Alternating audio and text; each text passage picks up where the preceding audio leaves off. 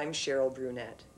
The video you're about to see was produced in England by the makers of your Bond Classic. It's a visual version of some of the techniques that come with your written instructions with the machine, and a great help to those 85% of us who learn well by seeing something done. I was invited to narrate the American version of this tape, partly because I was raised in the Midwest and speak with a very American accent, but mostly because I've done this sort of thing before. For this program, I'm just the voice.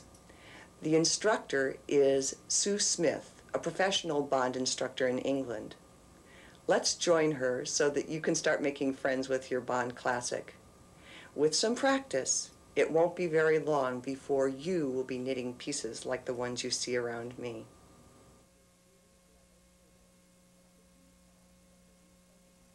Attach your machine to a sturdy, level table by pushing the clamp through the hole in the front of the machine.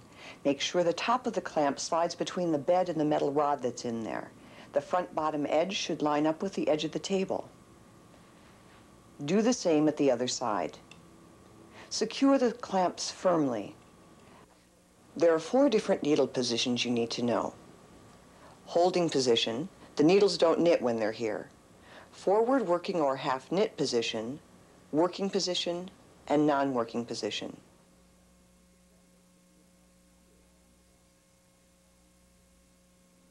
The self-adhesive number should be attached here on the bed.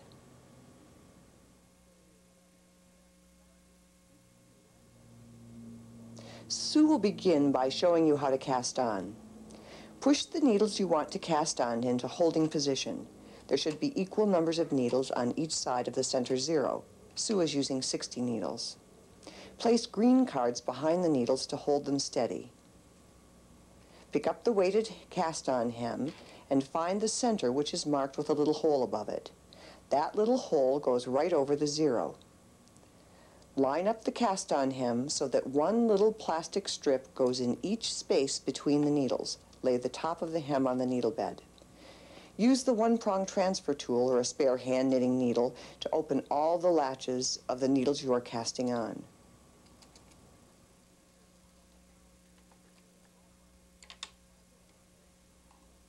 Take either the length of nylon cord or, like Sue, cut a length of elastic thread and lay it into the open hooks on the needles. Attach a small clip to each end for weight, and that will hold your thread or cord in place.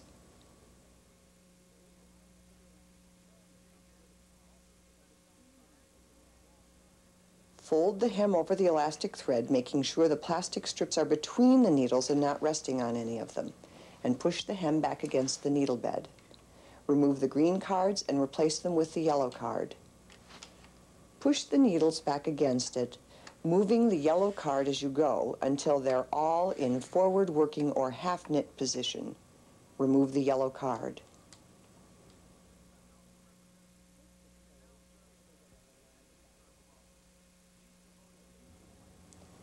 Hook the carriage over the rail along the back of the bed. Open the handle and attach the wire fabric guide. Make sure that the wire slips into those 2 little slots on each side of the carriage. Close the handle and your carriage will move freely on the needle bed. Use key plate 3 for your practice knitting, which you should wax according to your instructions before using. Insert the key plate by raising the handle and putting it into the carriage, making sure it slips under the 2 pips in the back. Check again to make sure that all your needle latches are open.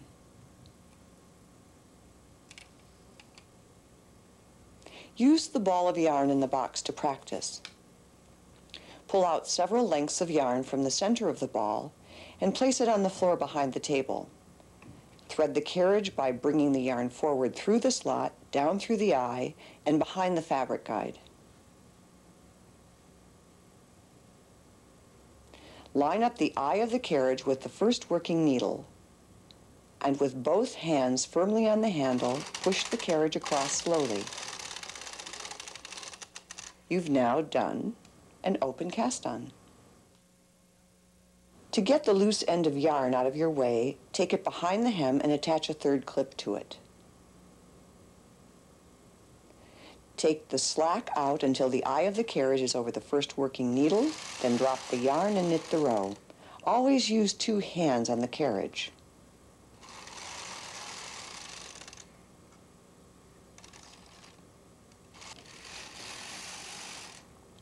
Stop after every couple of rows to pull out several yards of yarn from your yarn ball because it needs to be free-flowing with no tension on it as you knit.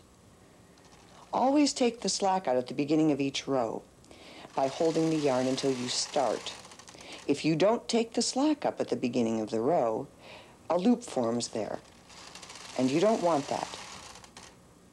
Continue knitting this way for several rows. When your piece gets long enough for the hem to hit your knees, move it forward so that it can hang freely. You need the weight of the hem to pull down on your knitting in order for the machine to knit properly.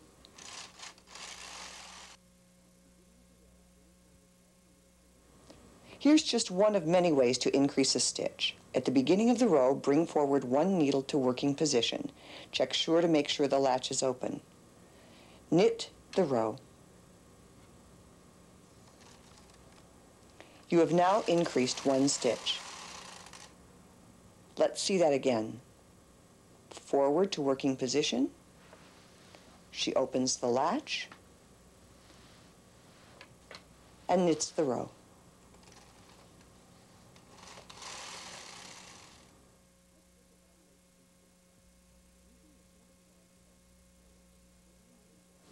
Let's look at one way to decrease.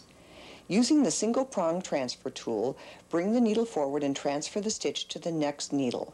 Push the empty needle back to non-working position and knit 2 rows.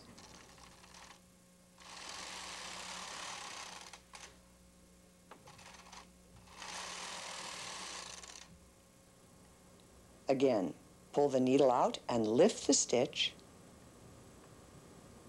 Place it onto the next needle.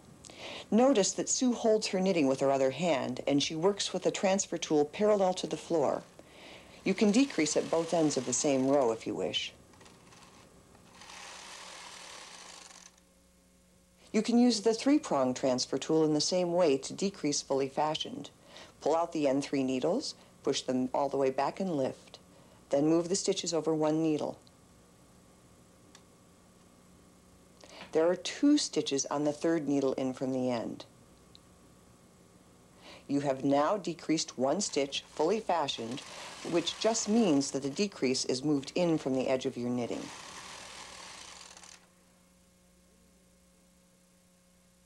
Sue will show you 2 methods for casting off or binding off, beginning with a chain stitch cast off.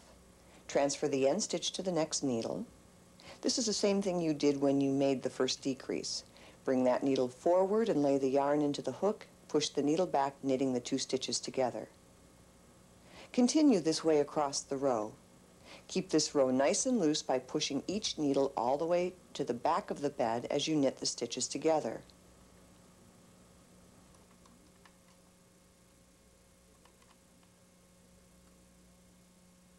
As you remove the bound-off stitches from the needles, the weighted hem starts to pivot and hang diagonally on you.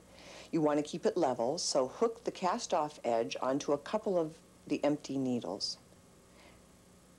At the end of the row, cut the yarn leaving 5 or 6 inches and pull that end through the last stitch.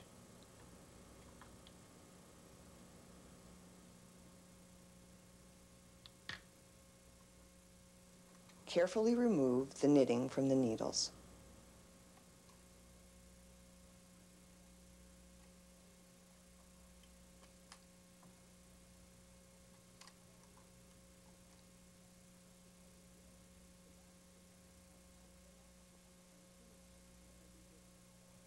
The second method, the backstitch cast-off, is one that can be used on finished edges that will be visible. Measure a length of yarn 3 times the width of your knitting and cut it. Thread it through a darning needle. Notice that Sue ended with her carriage on the left and will be working from left to right with this bind-off.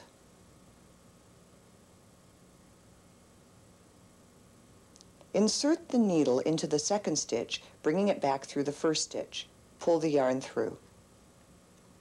Now through the third and back through the second. She'll work this way all the way across the row.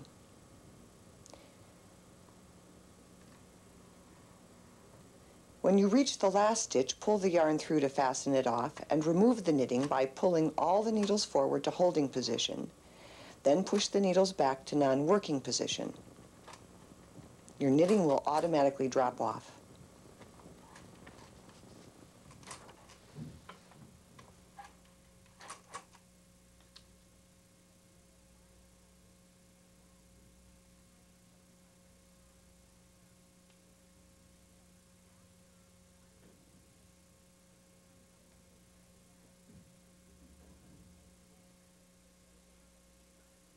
Sue is now going to show you one way to add ribbing to your knitting as you would at the bottom of a sweater piece. She's going to work the same number of needles as she did with her piece of knitting, but she's arranging them so that there are 2 forward and 1 back all the way across the row. Put the yellow card between the needles to keep the forward needles in holding position. Pick up the cast-on row of stitches and hook them onto the needles. To do this, pick up the first 2 stitches and hang them on the last 2 needles. Leave the 3rd stitch in the elastic thread and hook up the 4th and 5th. Continue hooking up your stitches this way across the row, leaving every 3rd stitch in the elastic thread. Be sure that you're getting the stitches there and not the little loops that are between the 2 stitches. Remove the yellow card and push the needles back into working position. You just move the whole weighted hem there.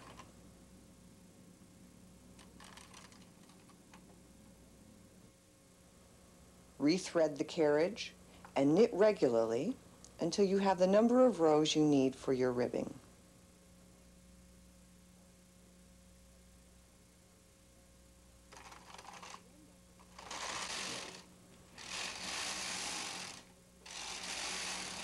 You end up with a series of ladders. With the latch hook tool, hook facing down, pick up the 3rd stitch which you left attached to the elastic thread. Turn the tool over so that the hook is up, and push the stitch behind the latch. As you bring the tool back, pull the first rung of the ladder through your stitch. Hook up the remainder of the ladder in the same way. Forward, back, forward, back.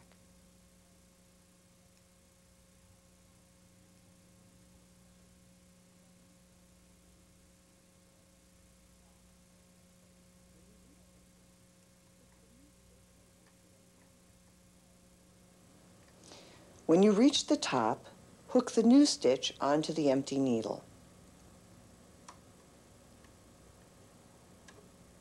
Here, Sue is latching up some stitches at the other end of her knitting at normal speed.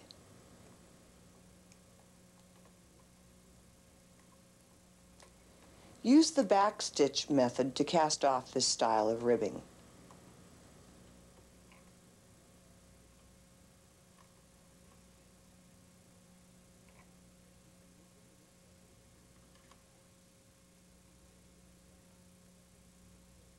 Remove the knitting from the machine.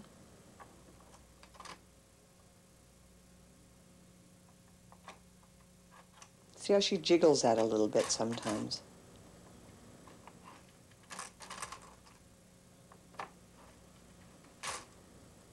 Remove the knitting from the cast-on hem by either gently pulling through the nylon cord or gently pulling the knitting away from the hem, snipping the elastic as you go.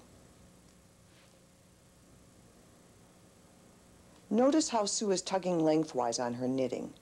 While it's on the machine, your knitting is stretched wider than it will be when it's finished. Her tugging helps the stitches come back to the shape they want to be in naturally. Sue will show you some decorative stitches starting with the lace or eyelet stitch. Transfer the first stitch to the adjacent needle just as you did for the decrease. Bring the empty needle forward into holding position and knit 1 row. Push the needle back to forward working position, making sure the latch is open. Knit 1 row. That makes an eyelet. Many eyelets make a lace pattern. Sue is making a V-shaped pattern. You can position the lace anywhere on your knitting and can arrange the eyelets to make a wide variety of patterns.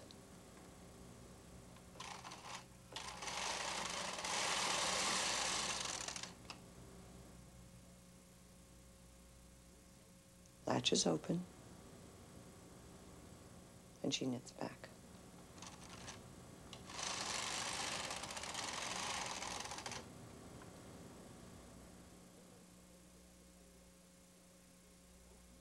Now Sue will show you the tuck stitch. This is a very simple stitch that creates texture. Push into holding position the needles you want to be tucked. Sue pushed out every 10th needle, leaving 9 working needles between the ones she wants to tuck. Knit 2 rows. Pull down on the knitting, then push the needles back, checking that the latches are open. Whenever those needles are in forward working position, the latches must be open. Knit 1 row. Position the needles for the next row of the pattern by pushing them into holding position. She's using the center stitch of each group of 9 that she left. Knit 2 rows.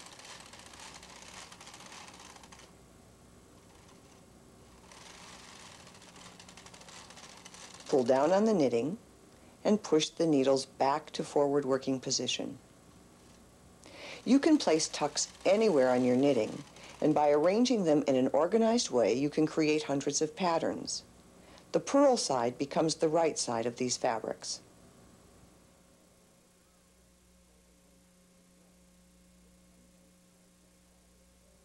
Fair Isle is a method of knitting more than one color in a row. It's sometimes called jacquard or stranded knitting. Start by pushing into holding position the needles where you would like the contrasting color. Sue will knit her contrast color on every 3rd needle.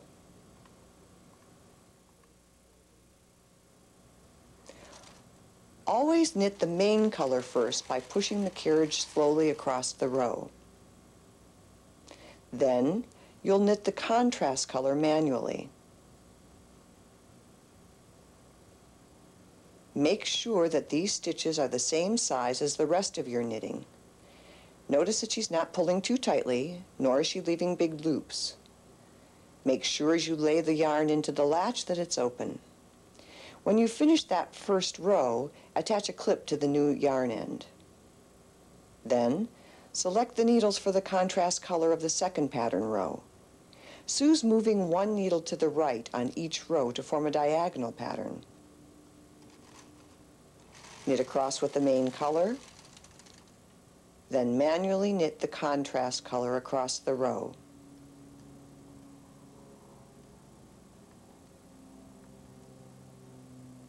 Look at the nice rhythm she has. This is how the back looks with the contrasting floats carried between the pattern stitches, and this is the right side.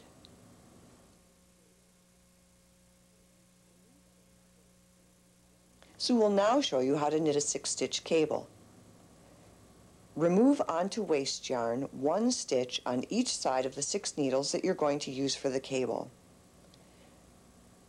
Push the empty needles into the non-working position.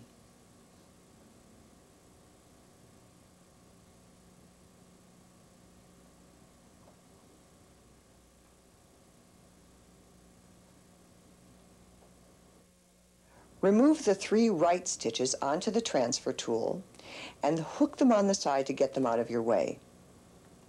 Using the other tool, transfer the 3 left-hand stitches onto the 3 needles that you just emptied.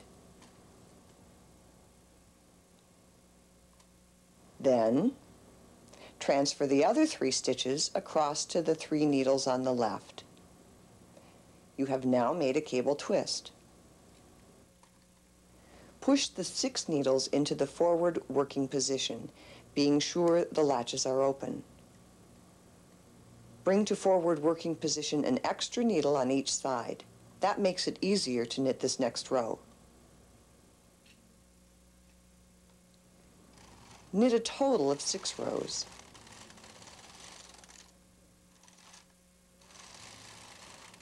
Repeat the cable cross every 6th row just like this. There are hundreds of variations of cables that you can work following this crossing principle.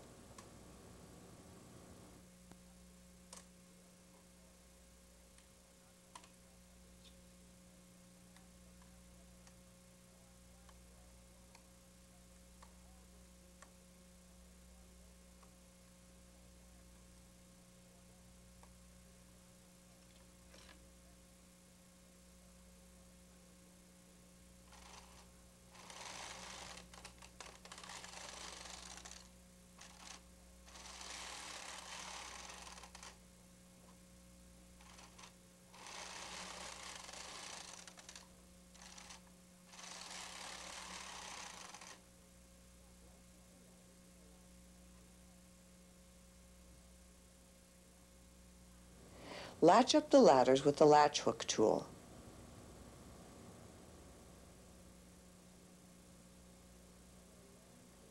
Notice how Sue is holding down on the knitting with her other hand.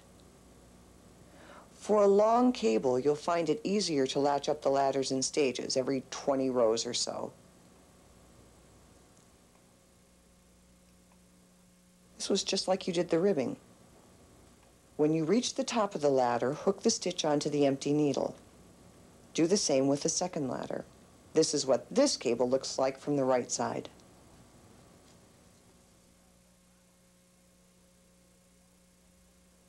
Now Sue will show you a way to knit intarsia or picture knitting. For intarsia, you'll need to remove the fabric guide and the yarn from the carriage.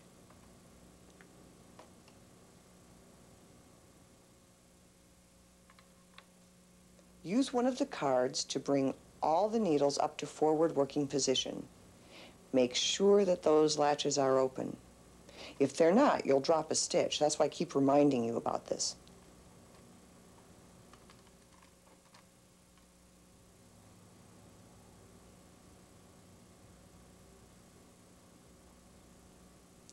Lay the main color into the needle hooks you want to carry that color.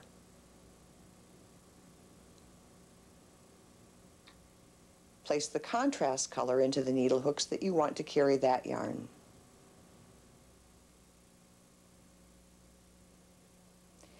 Guide the loose ends by letting them feed gently through your hands and push the carriage slowly across to knit the row.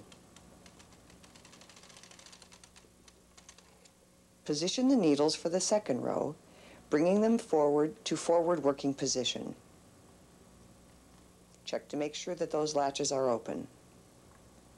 Bring the yarns back across in the opposite direction into the needles, moving one needle to the right, but this time crossing the yarns under the needle hook where they join. This prevents a hole. Hold on to the loose ends and bring the carriage across, making sure you don't pull too tightly on those loose ends of the yarn. Let them feed evenly through your fingers. Continue positioning your needles into forward working position.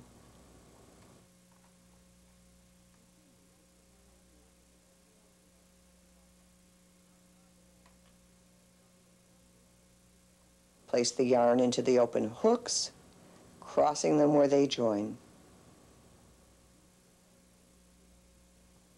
Sue's using 2 colors in a simple diagonal design, but you can use as many colors as you want on the same row. Remember, don't hold the yarns too tightly because your stitches will be too tight, or you might even prevent the carriage from knitting. To close the hole at the beginning, use the latch tool to pull the loose end of yarn through the crossover stitch. You can work that in later.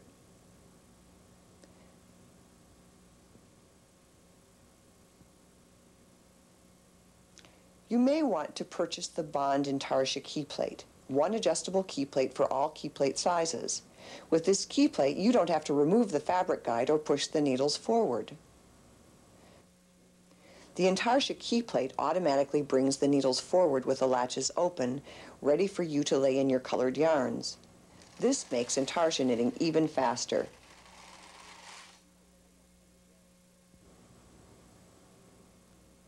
She's working in a diagonal design. She's moving the stitch, colored stitch over one to the right in every row.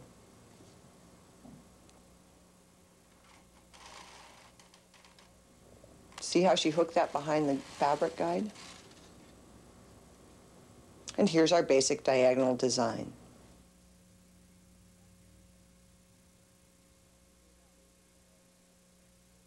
This next section has been designed to help you with some problems you may meet as you practice your knitting. If the carriage jams, it usually means that there's a needle out of line.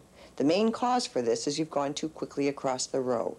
If you lift the handle, you can see where the needle butt's bumping up against the guides and the key plate. Gently tugging down on your knitting will usually release that needle. And once it's released, you can replace the handle and continue knitting.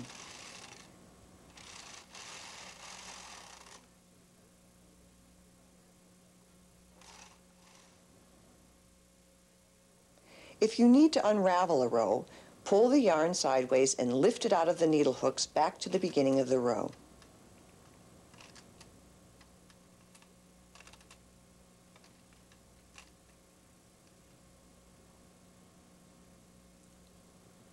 Open the handle and remove the key plate.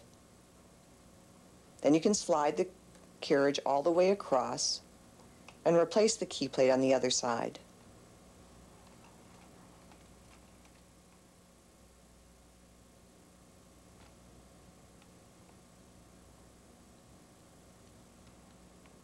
Pull up all that slack yarn and you're ready to knit again.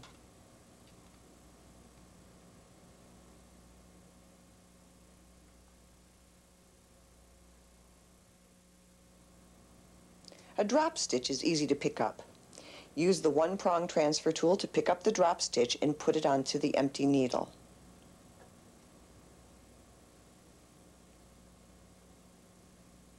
Push the needle forward so that the stitch goes behind the latch. Then pick up the lower ladder and put it on the hook. Knit the stitch through. Do the same for the second ladder and pull the knitting down.